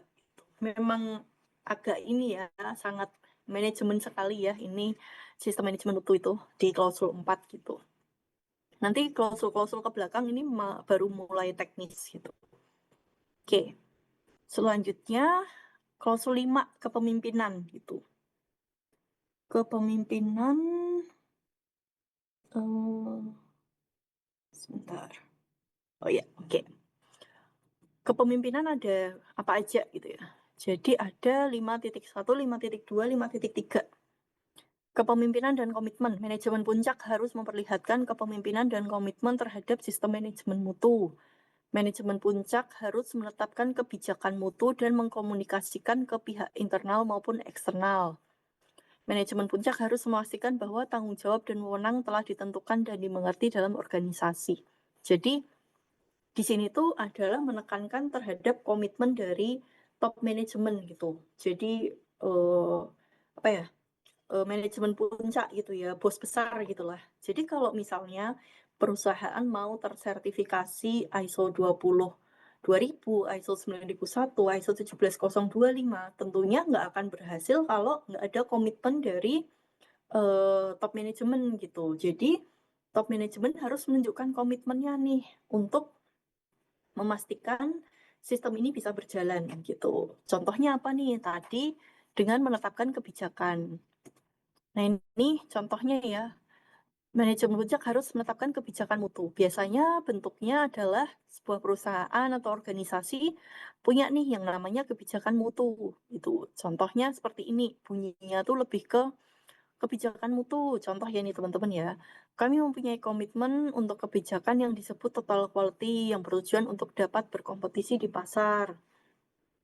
Hal ini hanya akan bisa tercapai bila kita semua setiap saat melakukan kewajiban dan tanggung jawab untuk perbaikan kesinambungan gitu. Biasanya kebijakan mutu itu isinya adalah komitmen-komitmen perusahaan untuk komit terhadap pencapaian mutu. Ini disetujui ditandatangani oleh manajemen puncak. Contohnya di sini presiden direktur. Jadi di kebijakan mutu ini kita menunjukkan kalau perusahaan kita tuh komit loh terhadap mutu gitu. Dan kebijakan ini disampaikan juga nih ke ke karyawan-karyawan, pihak internal maupun ke pihak eksternal tadi yang berkepentingan dengan bisnis kita. Jadi untuk menunjukkan bahwa ini loh perusahaanku ini komitmen terkait mutu. Oke. Itu tentang 5 ya kepemimpinan. Kemudian tentang perencanaan, klausul 6 perencanaan. Nah ini 6.1 tindakan yang ditujukan terhadap peluang dan risiko. Jadi organisasi harus menentukan tindakan atas risiko dan peluang dari isu internal dan eksternal serta kebutuhan pihak yang berkepentingan. 6.2 sasaran mutu. Organisasi harus menetapkan sasaran mutu untuk menjamin manajemen mutu. 6.3 perubahan perencanaan. Penentuan kebutuhan untuk merubah sistem manajemen mutu harus dilakukan secara terencana. Ada 3 ya. Kita coba ke 1 ya. Tadi ya 6.1 tuh nyambung sama klausul 4 tadi gitu. Teman-teman kan sudah mengidentifikasi isu internal eksternalnya apa, kemudian kebutuhan pihak yang berkepentingan apa. Dari situ kita harus menetapkan nih follow up dari isu tadi itu kita harus seperti apa gitu. Follow up dari kebutuhan pihak-pihak tadi itu kita harus menentukan action apa gitu. Jadi nggak cuma mengidentifikasi, tapi juga di follow up menjadi sebuah action plan yang real gitu. 6.2 terkait sasaran mutu gitu. Jadi organisasi harus menetapkan sasaran mutu untuk menjamin manajemen mutu gitu. Nah, ini adalah contoh sasaran mutu dari sebuah perusahaan ya industri pangan gitu ya. Sasarannya output produksi gitu. Jadi targetnya bisa menghasilkan 6.000 liter sambal per jam gitu. Person in charge-nya adalah dari departemen produksi. Kemudian target juga selain memproduksinya bisa secepat ini, tapi juga harus bermutu, ditunjukkan dengan komplain dari pelanggannya harus dibatasi gitu. Komplain itu pasti ada ya teman-teman, nggak mungkin produk itu tanpa komplain sempurna 100% gitu. Dan kita bikin target gitu, berapa sih toleransi komplain yang bisa kita terima gitu. Oh maksimal 0,1 ppm part per million ya. Jadi dari 1 juta botol sambal yang kita produksi, maksimal yang boleh dikomplain itu target kita adalah 1 gitu. Jadi misalnya sudah lebih dari, bukan 1 ya, 0,1 ya, berarti dari 10 juta produk 1 gitu. Jadi misalnya sudah lebih dari 1 dari 10 juta produk yang kita produksi, berarti ada hal yang salah nih dengan proses produksi kita. Kita harus telusuri. Pemborosan bahan baku maksimal 0,3%. Jadi misalnya dalam 1 batch sambal itu harusnya pakai 3.000 kilo cabai, ini kok bisa dan menghasilkan 3.000 kilo cabai itu menghasilkan 1.000 liter sambal gitu ya. Kenapa kok ini cuma jadi 900 liter sambal gini? Kebuang di proses apa gitu. Jadi apakah ada pipa yang bocor atau seperti apa? Itu harus ditelusuri. Kemudian waktu rilis normal. Tadi ya misalnya produknya sudah jadi, kemudian dianalisa. Waktu analisa itu maksimal 3 hari. Setelah 3 hari harus keluar hasil analisanya agar produknya bisa kita jual gitu. Nah kalau kita sebagai orang lab ternyata dilalah ada kejadian prosedurnya nggak sesuai atau analisnya nggak masuk gitu. Terus kita nggak bisa analisa terus molor sampai 4 hari gitu. Itu kan sudah menunda produk itu dijual ke pasaran. Jadi kita perlu tetapkan nih target dari setiap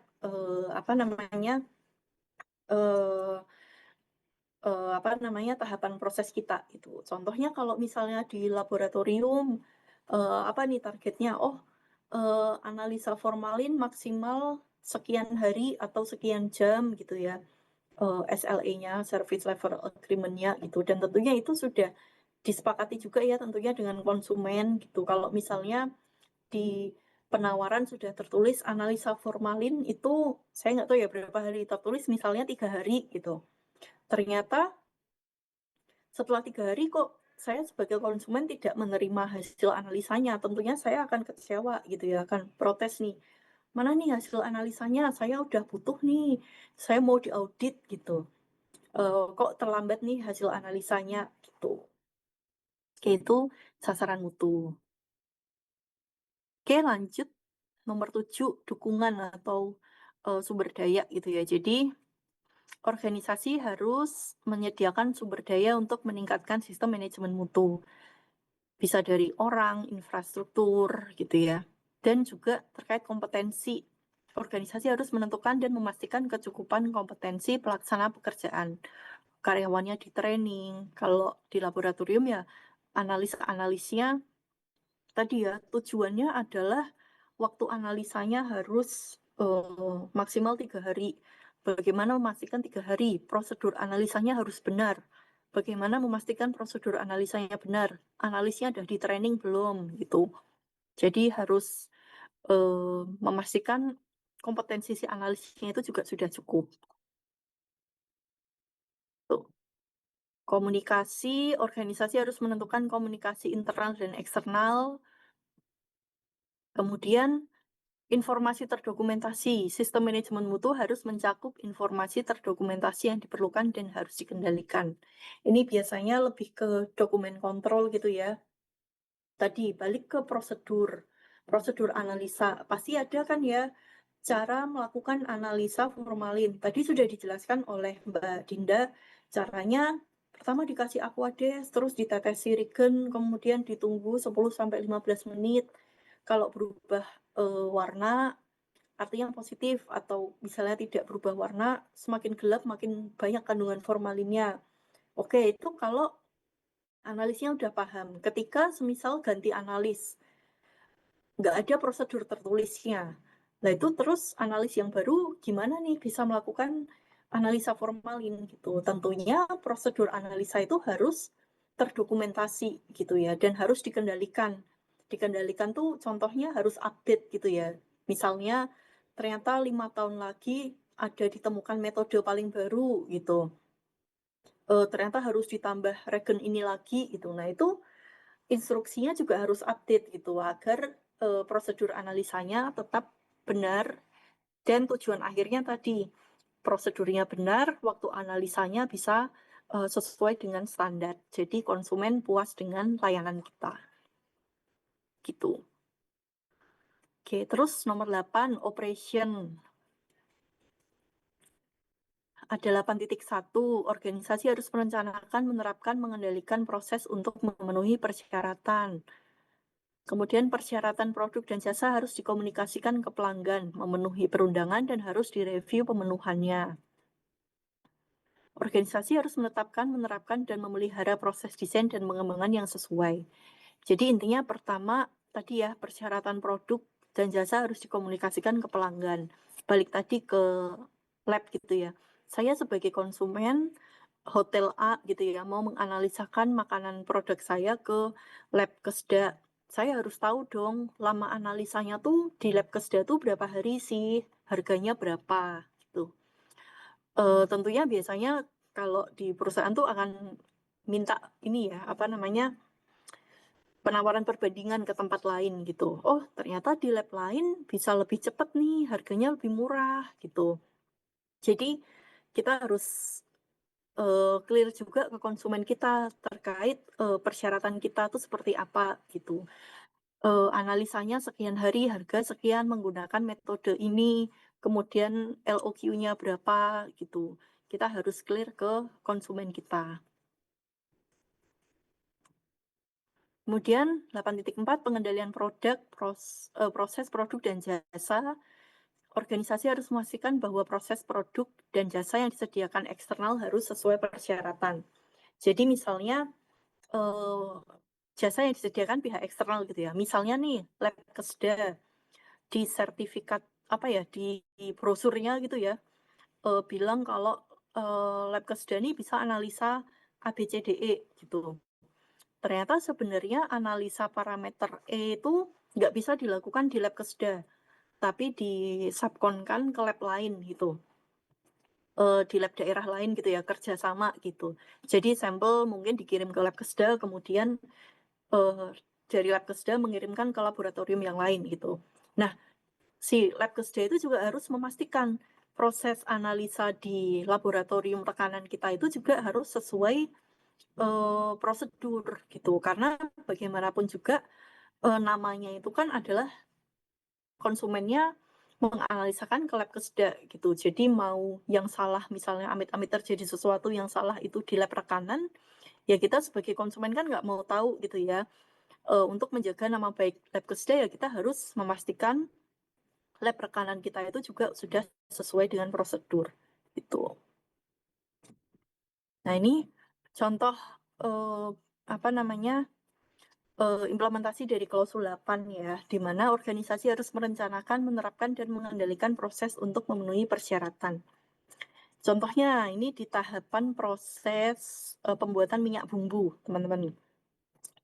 Di setiap tahapan proses gitu ya, jadi kalau bikin minyak bumbu itu, pertama rempahnya, bawang merah ya ini ya, dicuci dulu. Habis itu bawang merahnya dihaluskan, tadi jadi bubur bawang merah, terus digoreng nih bawang merahnya dengan minyak. Terus habis itu minyak bawangnya didinginkan, kemudian diberi flavor, baru dikemas. Ini adalah tahapan prosesnya. Tentunya kita harus merencanakan nih agar setiap tahapan proses ini bermutu, kita harus melakukan apa. Nah, kita harus tetapkan dulu di setiap tahapan proses ini persyaratannya apa aja. Kemudian upaya pengendalian mutunya apa, frekuensinya setiap apa, dan siapa yang harus melakukannya. Contohnya, nyuci rempah. Tujuannya kita nyuci bawang merah tuh apa? Ya biar bersih gitu kan. Persyaratannya adalah bawang merah tercuci bersih, sudah nggak ada kulitnya. Gimana nih cara mengendalikannya? Selain kita cek hasil cucinya, beneran nggak bawang merahnya udah bebas dari kulit? Kita cek parameter tekanan air bak cucinya itu sudah sesuai atau belum. Jangan-jangan tekanannya kurang kenceng nih, jadi nggak bisa meluruhkan semua kulitnya gitu. Setiap batch pencucian ini harus diperiksa oleh operator, contohnya. Contoh lain, penghalusan rempah gitu. Kita pingin tekstur bawang merahnya tuh halus. Gimana cara ngeceknya? Oh ya, kita ambil aja hasil penghalusannya, kemudian kita bandingkan teksturnya dengan standar. Kemudian penggorengan rempah dan minyak. Kita pinginnya dari hasil goreng itu rasanya sesuai standar dan suhunya tercapai sesuai standar. Ya kita cek hasil gorengnya itu rasanya sudah sesuai dengan standar atau belum. Kemudian kita verifikasi suhu penggorengannya di monitor nih. Standarnya misalnya 120, apakah sudah tercapai 120 gitu. Kemudian pendinginan minyak. Apakah suhunya sudah sesuai atau belum? Tuh, ya tentunya kita monitor suhu pendinginan minyak. Pemberian flavor. Tentunya kita inginnya rasanya sesuai standar gitu. Dicek nih kesesuaian timbangan, misalnya 1 tangki minyak bumbu, flavornya berapa gram gitu. Kemudian dicek rasanya sesuai standar atau belum. Proses pengemasan, syarat mutunya adalah pengemasan rapi, tidak bocor. Kita lakukan pengecekan kekuatan seal dari kemasan itu. Tuh. Jadi gitu ya, kita identifikasi tahapan prosesnya apa saja, persyaratan mutu dari setiap tahapan proses apa saja, kemudian upaya pengendalian mutunya apa, frekuensinya dilakukan setiap kapan dan oleh siapa itu harus jelas gitu. Itu kira-kira gambaran implementasi dari klausul 8.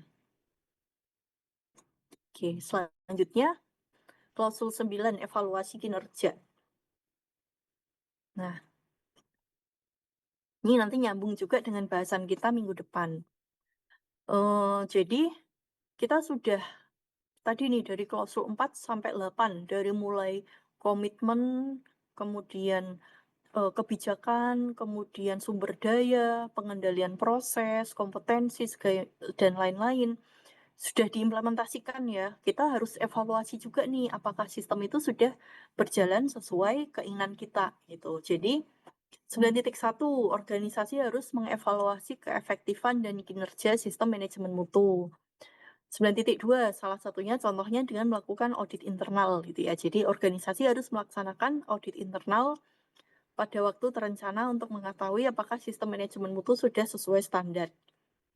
Kemudian 9.3 tinjauan manajemen puncak harus meninjau sistem manajemen mutu organisasi pada waktu terencana. Gitu. Jadi kita sebagai organisasi harus mengevaluasi nih implementasi ISO 9001 kita udah sesuai belum.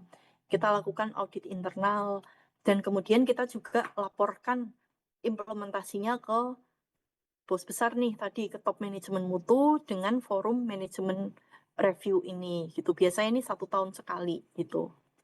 Nah, nanti terkait audit internal kita akan lihat lebih lanjut di minggu depan.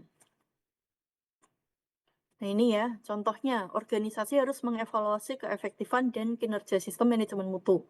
Bisa dengan melakukan survei nih teman-teman ke konsumen kita. Jadi dengan menggunakan survei kepuasan pelanggan. Contohnya ya misalnya kalau ke lab gitu ya, organisasi lab ya mungkin disebar aja nih beberapa survei ke beberapa perwakilan konsumen ke hotel ini, ke restoran ini yang menjadi konsumen kita. Seberapa jauh sih apa namanya? Tentunya aspeknya macam-macam ya, mulai dari pelayanan, misalnya dari hasil analisa, kemudian dari fasilitas atau dan yang lain gitu. Apakah konsumen itu udah puas atau kurang puas gitu atau malah sama sekali tidak puas gitu ya. Dari sini kita bisa data nih apa namanya kinerja kita tuh seperti apa. Kalau misalnya konsumennya belum puas, kita harus tahu kenapa kok belum puas. Oh ternyata di bagian pelayanan nih apa namanya customer service-nya jutek nggak ramah gitu. Orang jadi males analisa ke tempat kita. Nah itu kita harus perbaiki nih. Kenapa kok bisa seperti itu dan kita perlu improve. Itu kira-kira klausul 9. Terakhir teman-teman ke klausul 10 peningkatan gitu. Jadi tadi di sini 4 sampai 8 sudah ngomongin implementasinya, 9 dievaluasi, 10 ditingkatkan terus. Jadi organisasi harus menentukan dan memilih peluang untuk tindakan peningkatan dan penerapan seperlunya. Jadi harus continuous improvement ya. Dan bila terjadi ketidaksesuaian, organisasi harus bereaksi dan mengevaluasi tindakan untuk menghilangkan penyebab ketidaksesuaian. Jadi kalau ada suatu hal yang tidak sesuai, kita harus cari tahu penyebabnya apa dan harus ada tindakan korektifnya. Kemudian peningkatan berkelanjutan, organisasi harus meningkatkan kesesuaian kecukupan sistem manajemen mutu secara berkelanjutan. Harus ada evaluasi berkelanjutan gitu ya, ada improvement gimana agar sistem manajemen mutu kita itu bisa selalu meningkat gitu. Nah ini contoh implementasi 10.2 gitu ya. Kalau ada ketidaksesuaian, bagaimana kita harus bereaksi itu. Nah ini nyambung juga nih sama salah satu kompetensi QC, bisa QC7 tools atau bisa apa namanya salah satu toolsnya itu memang mencari penyebab dari sebuah masalah gitu. Contohnya adalah penentuan akar masalah menggunakan diagram Ishikawa atau tulang ikan. Jadi di sini ada kasus nih, hasil analisa kadar garam dari sambal batch 2 ini tidak tepat gitu. Jadi ceritanya sambal sebelum dirilis di analisa kadar garam gitu ya teman-teman. Dari hasil analisanya sesuai standar hasilnya gitu. Masih di dalam standar angka NaCl gitu. Tapi ternyata ketika di panel sensori rasanya lebih asin dibandingkan standar gitu. Terus dianalisa ulang. Ternyata sekarang hasil analisanya out of standard nih gitu. Berarti kan ada hasil analisa kita yang tidak tepat. Nah, kita harus cari tahu permasalahannya ada di mana. Nah, diagram Ishikawa ini kita harus menentukan potensinya dari faktor manusia. Misalnya contohnya, oh ternyata analisnya belum di training nih untuk analisa NaCl. Terus ditanya lagi, kenapa? Why lagi ya? Kenapa personilnya belum di training gitu? Oh ternyata memang lab itu belum memiliki program training. Terus dari bahan baku, ternyata tidak ada apa-apa, regennya tidak expired atau seperti apa.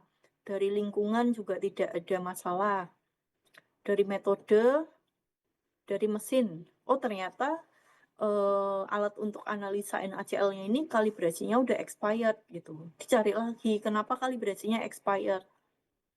Oh ternyata belum masuk ke program kalibrasi itu.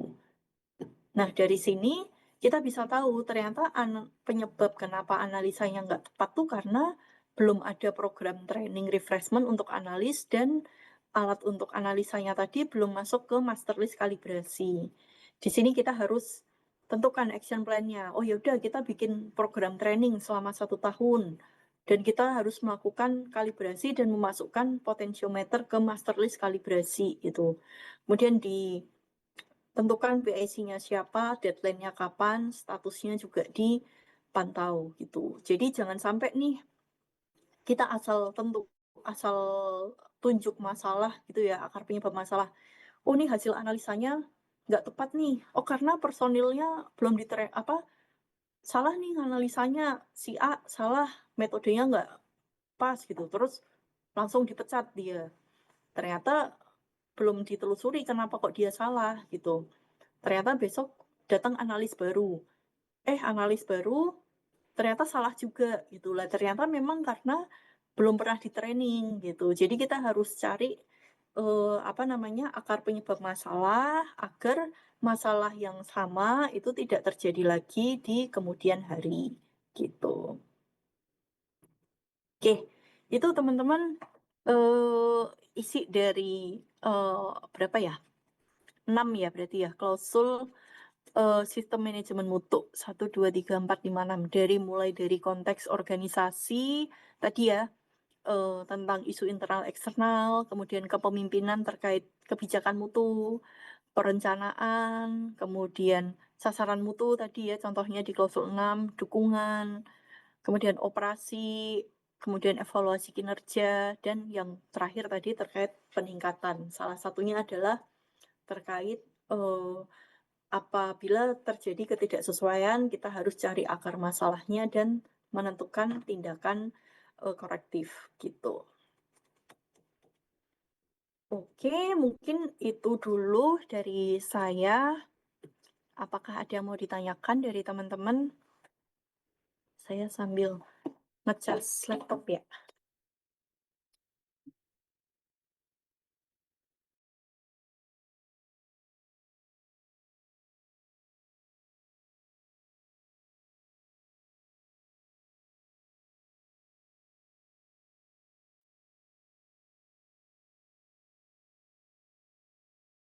Ayo, silakan dari teman-teman mahasiswa barangkali ada yang mau ditanyakan. Ini karena materinya sangat bagus ya tentang QC gitu, di mana di hampir semua perusahaan pasti ada gitu ya. Jadi teman-teman pasti mendapati di tempat magang. Itu mungkin bisa ditanyakan atau kebetulan ada yang bagiannya di QC. Nah, mungkin mau sharing. Boleh juga ya Bu Wulan ya, barangkali. Iya, boleh Bu. Dia saya kepingin bertanya, tapi boleh tah? Oh, Loh, iya nggak apa-apa. boleh, enggak apa-apa Bu Am. Sambil nunggu teman-temannya. Monggo Bu Am. Ya, mungkin agak sedikit melenceng, tapi masih ditanya yang terkait itu. Terima kasih ya Bu Dia, Bu Prima. Bu Wulan, mohon Tanya terkait tadi loh, yang Oke. ada pest control itu ya. Iya, Bu. Itu apakah itu ya, mungkin saya itu perusahaan besar juga melakukan seperti itu gitu. Apakah begitu ya? Nah, itu sebetulnya pengalaman saya ya waktu saya cari makan kayak gitu ya. Ah, Cari makan di luar gitu waktu kos itu dulu. Kan cari warung itu yang rame gitu ya. Kalau rame nanti antrinya lama kan gitu ya, keburu lapernya nggak kuat gitu. Akhirnya cari yang agak sepi. Ternyata yang agak sepi itu ya seperti itu. oh. Ada apa dilewati tikus apa kayak gitu ya. Kita kan nggak Mhm, tahu warungnya itu seandainya tikusnya sampai naik kayak gitu ya. mhm, Nah, akhirnya saya tuh menjadi terpikir itu tadi gara-gara melihat pest control tadi. Perusahaan besar pun sampai memikirkan seperti itu. Terus itu apakah ada apa ya penanganannya seperti apa? Apakah itu dari perusahaan itu sendiri akan melakukan pest control ataukah dari jasa lain atau dari mana? Karena di mana ya itu di negara mana gitu itu ada polisi yang ngurusi tikus malahan. mhm, Ya kan ada polisi yang khusus mengurusi tikus bukan mengurusi manusia, ada polisi mhm. tikus gitu.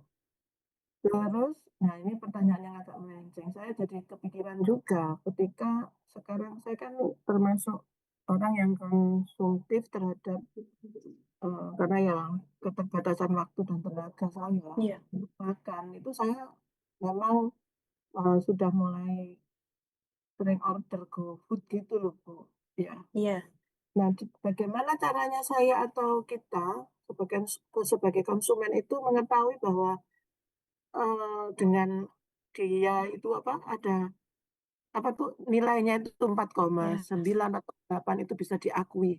Kita percaya itu bahwa bagus ya, termasuk kualitas mutunya, kebersihannya, kesehatannya, aman dari tikus kayak gitu ya. Seperti itu.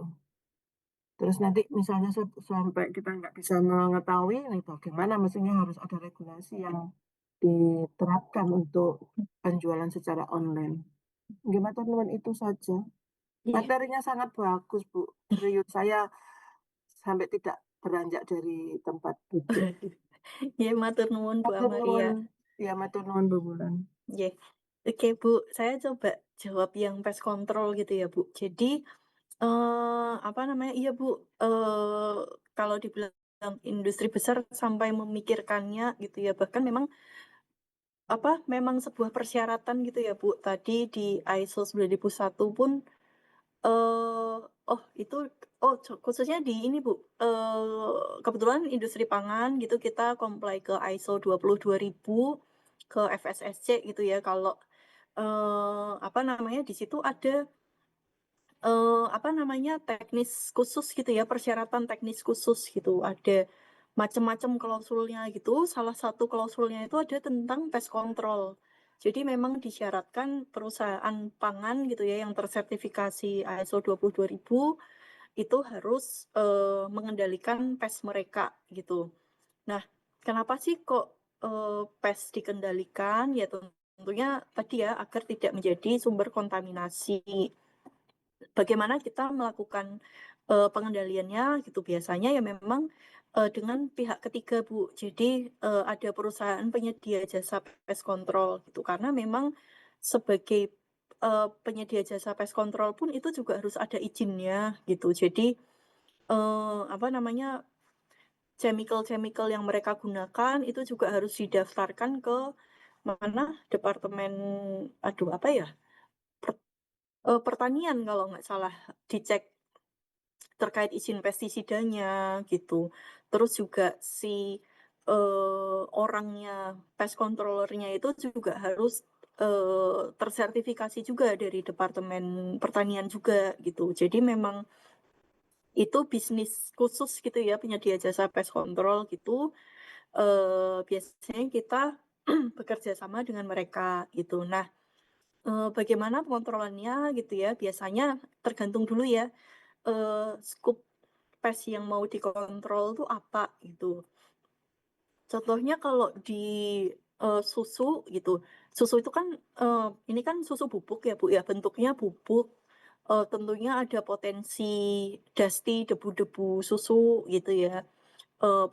Biasanya yang suka debu-debu itu adalah kutu gitu. Jadi, oh yaudah kita skupnya adalah pengendalian kutu gitu. Jadi pest control itu nggak cuman menangkap kutu gitu ya. Yang pertama dia adalah mencegah gitu ya. Jadi mencegah, programnya lebih ke mencegah bagaimana nih agar kutu tidak datang gitu. Ya dia melakukan inspeksi gitu ke penyebab kutu datang tuh apa? Oh ada deposit powder gitu. Dia akan melakukan inspeksi titik-titik mana yang ada deposit powder dan akan menyampaikan ke kita, Bu ini loh areamu kotor harus di cleaning gitu. Kalau nggak di cleaning nanti ada kutunya gitu. Prevention dulu. Terus kemudian mereka juga ada yang namanya pheromone trap. Jadi pheromone tuh kayak hormonnya kutu gitu ya, yang bisa menarik kutu jadi tertarik gitu. Ketika tertarik, ternyata ada lemnya gitu. Jadi kutunya kayak ketangkep gitulah ya. Terus juga yaitu dia bisa menangkap kutu gitu. Itu contoh kutu misalnya tikus gitu.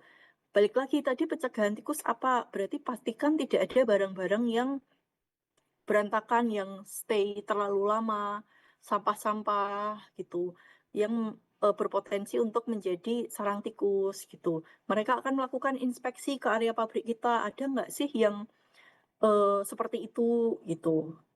Nah, selain itu juga mereka akan memasang perangkap-perangkap gitu, lem tikus atau misalnya rodent bait gitu. Jadi apa umpan gitu yang tentunya juga sudah sesuai izin nih jenis umpannya itu apa saja gitu.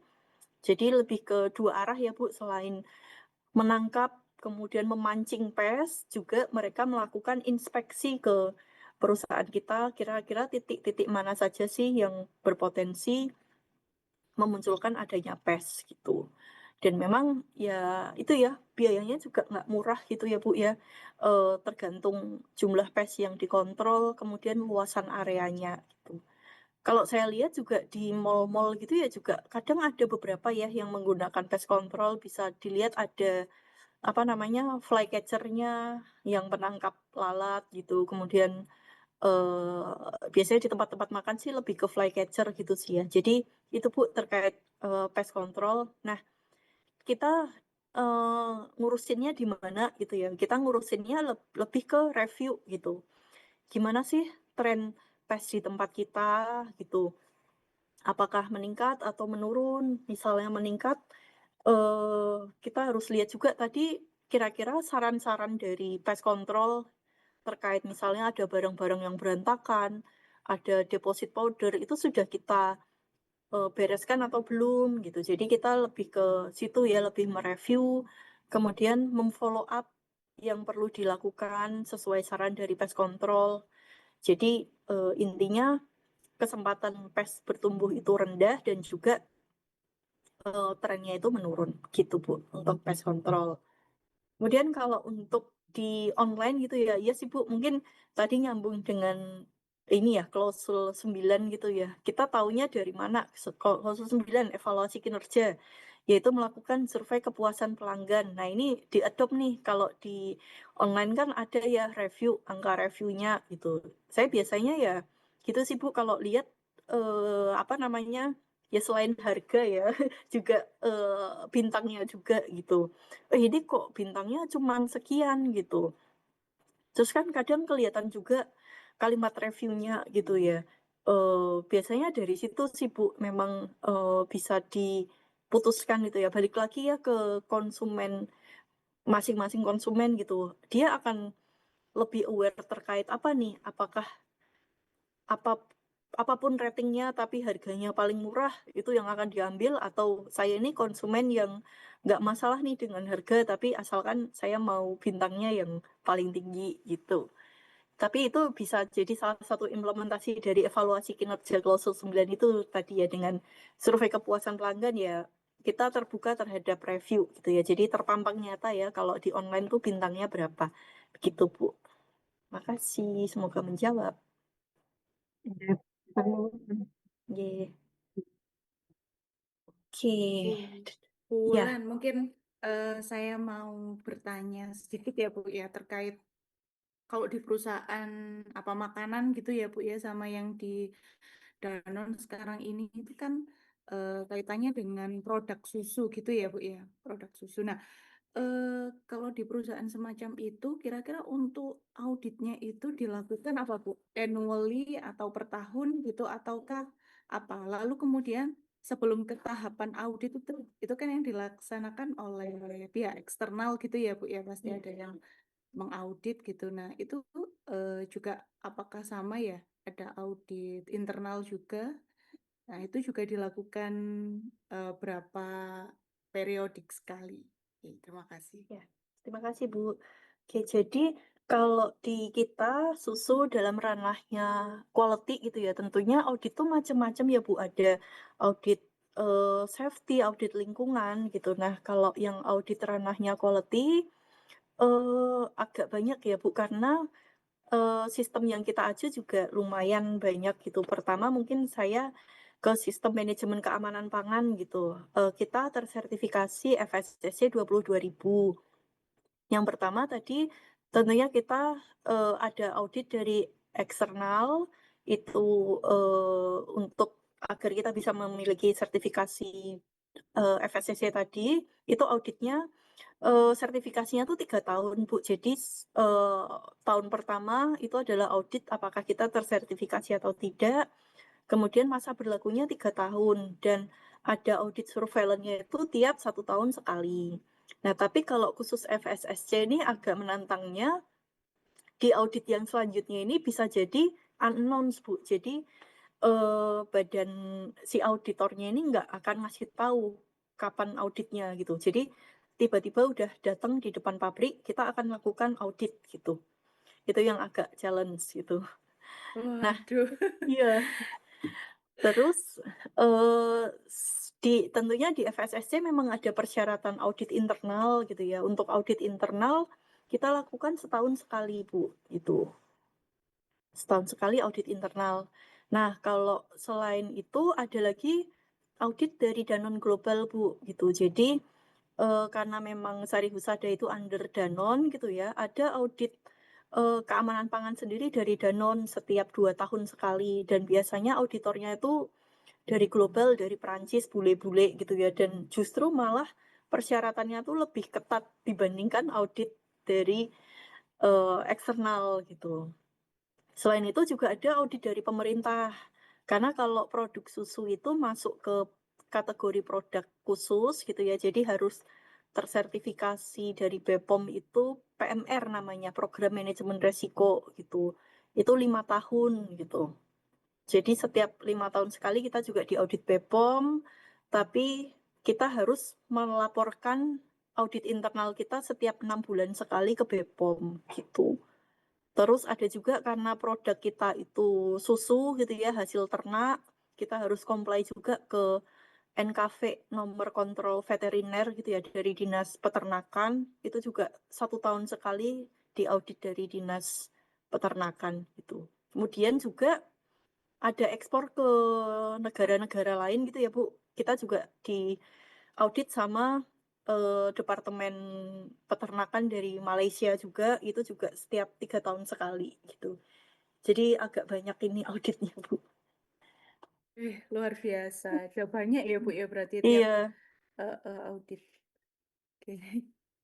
Kita kan apalagi kalau seperti Bu Amaria itu sering diaudit gitu ya Bu ya. Yang mana tiap tahunnya itu ada beberapa kali audit ternyata sama yang sama ya dirasakan Bu di ya. tahunnya.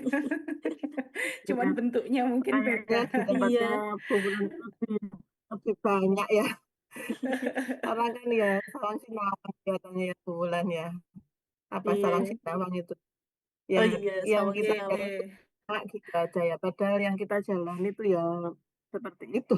Iya, Buat mengikuti aturan ya kalau kita iya. mau jadi baik gitu kan ya. Iya Bu. Apalagi iya. produknya susu bayi ya Bu. Kalau dulu waktu di Nah itu. Indofood itu auditnya nggak terlalu banyak, nggak sebanyak ini sih Bu. Kalau di susu bayi, waduh tambah banyak. Iya, begitu. Iya, produk krusial gitu ya Bu ya. Iya, Oke, silakan ya. teman-teman mahasiswa mahasiswa barangkali ada yang mau tanya. Ini yang tanya kok malah saya sama Bu Amaria ya. Teman-teman ini Ya, ini ya sedang harus melakukan dipantik memang. prosesnya itu ya bagaimana. Silahkan bertanya. Iya. Sebelum berakhir ini masih ada 3 menit ya untuk pukul 18.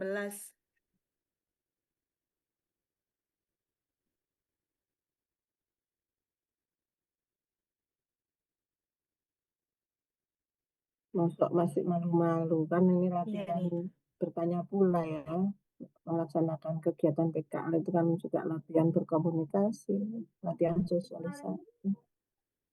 Tadi untuk minggu depan ini teman-teman pertanyaannya harus disampaikan ya karena minggu ini belum belum berkesempatan untuk bertanya gitu mungkin ya. Ya. Ya. Oke, mungkin gitu ya Bu Am ya. Nggih, Bulan Kak, karena waktunya juga terbatas mungkin terima kasih ya Bu Wulan, kami ucapkan Bu. sekali lagi ya. Eh, Insya Allah ketemu minggu depan ya Bu ya. Iya, Bu. Ya, oke. Saya kembalikan ke MC. Adinda, silakan. Baik, terima kasih kepada narasumber atas materi yang telah disampaikan. Teman-teman yang berbahagia, tibalah kita di penghujung acara. Terima kasih kepada Ibu Dr. Amaria MSI, Ibu Profesor Dr. Prima Retno Wikandari MSI, dan Ibu Amalia Putri Purnamasari SSI MSI, dan juga Ibu Kristri Wulandasa STPMM, serta seluruh teman-teman atas perhatian dan partisipasi sehingga acara dapat berjalan dengan lancar. Mohon maaf apabila terdapat kekurangan dalam memandu jalannya acara. Wassalamualaikum warahmatullahi wabarakatuh. Waalaikumsalam warahmatullahi. Terima kasih semuanya. Terima kasih terima Bu kasih Bu Wulan. Wulan.